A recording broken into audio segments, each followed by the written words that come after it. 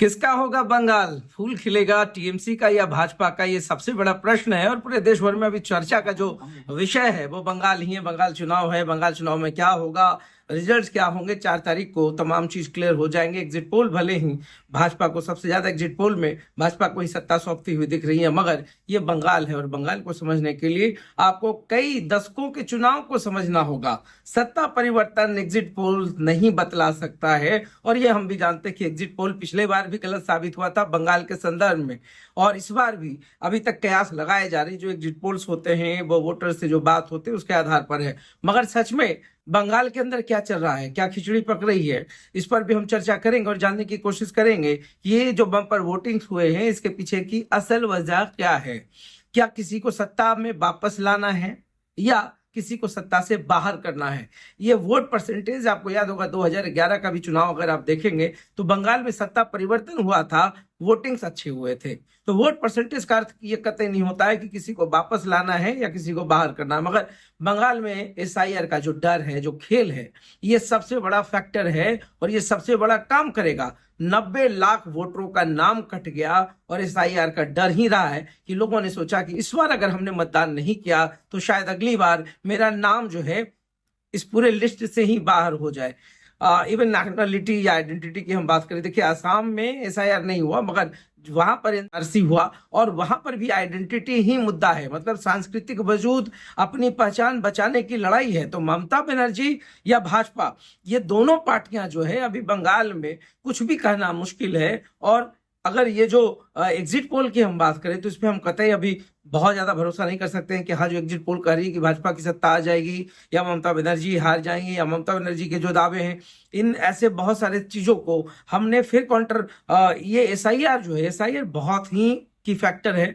बंगाल में लोगों से मेरी बात हुई, बहुत सारे लोगों से, वोटर से भी बात हुई है और बात है कि जो ममता दीदी की जो योजनाएं रही है, मुख्यमंत्री ममता बनर्जी की, उस पर लोगों का भरोसा है। अगर सबसे ज्यादा देखिए, अगर सबसे ज्यादा अगर नुकसान हुआ अल्पसंख्यक को हुआ है एसआईआर के कारण, तो ऐसा नहीं कि हिंदुओं को नहीं हुआ है। अगर 60% इनके कटे हैं तो 30% उधर भी कटे हैं। कुल मिला करके पूरे बंगाल के जो माहौल है, जो चुनाव है, उसको बहुत बारीकी से समझिएगा तो इस बार लोगों ने बढ़ चढ़ कर हिस्सा लिया है, वोट किया है। अब आइडेंटिटी बचाने की बात हो, अपने वजूद की बात हो, या जो सांस्कृतिक पहचान है उसको बचाने की बात हो, हर तरीके से इस बार बंगाल में लोगों ने बढ़ चढ़कर हिस्सा लिया और ग्रामीण क्षेत्रों में भी काफी गजब का उत्साह देखने को मिला था। तो शहर और ग्रामीण के जो वोटर्स होते हैं उनका अंदाज अलग होता है, उनके जो ओपिनियन होते हैं, जो थॉट्स प्रोसेस होते हैं, वो थोड़ा सा डिफरेंट होते हैं। तो इन सभी चीजों के बीच में अभी बंगाल में किसकी सरकार बनेगी कह देना काफी बहुत जल्दबाजी हो जाएगी। हम लोग को तो बस इंतजार करना है कि एसआईआर के खेल का डर भाजपा को जिताएगी या ममता बनर्जी पे भरोसा कायम रखेगी। ममता बनर्जी मतलब जो मिट्टी मानुष की बात होती है कलकत्ता में, पूरे बंगाल में आपने हमेशा देखा होगा एसआईआर का एक ऐसा मुद्दा रहा है जिसमें ममता बनर्जी एक एडवोकेट्स के रूप में हाजिर हो जाती हैं। ये भी बहुत अपील करता है लोगों के बीच में। और बंगाल का जो पूरा जो प्रोसेस समझने की कोशिश करेंगे, वहां के लोगों का, लोग क्या सोच रहे हैं, सत्ता परिवर्तन के पीछे की वजह क्या होगी, बहुत सारे ऐसे मुद्दे हैं। अगर अगर लेफ्ट की पूरी सरकार खत्म हुई है, उसके पीछे भी समझना होगा कि जो सदियों की परंपरा रही है, लेफ्ट से जो कैडर वोट्स रहे हैं वो टीएमसी की ओर आए हैं, ममता बनर्जी की ओर आए हैं।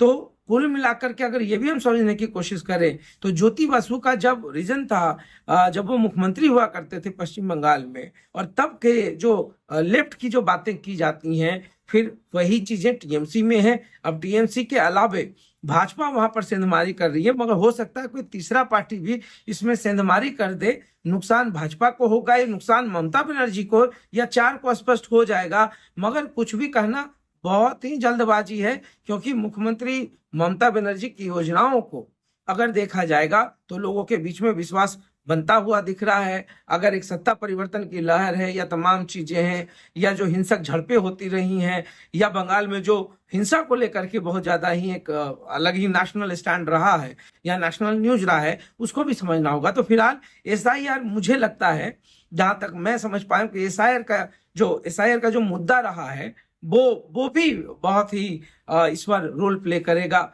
और वोटर्स जिन्होंने वोट किया है, 4 को सब कुछ क्लियर हो जाएगा। तो बंगाल है, बंगाल में ममता दीदी हैं, अमित शाह भी, और मोदी की भी अपनी जो साख है वो दांव पर लगी हुई है। और बहुत सारे लोग हैं जो उधर से होकर इधर, इधर से होकर इधर, मतलब अंततः वही जो बंगाल की जो पीढ़ियां चलती आ रही विरासत या राजनीतिक, वो तमाम लोग इधर उधर हो करके अंततः अलग अलग पार्टियों में जरूर हैं, मगर मन बदलता हुआ बिहार बंगाल का किस ओर जाएगा वो हम देख लेंगे। तो देखते रहिए साथ, बहुत बहुत धन्यवाद।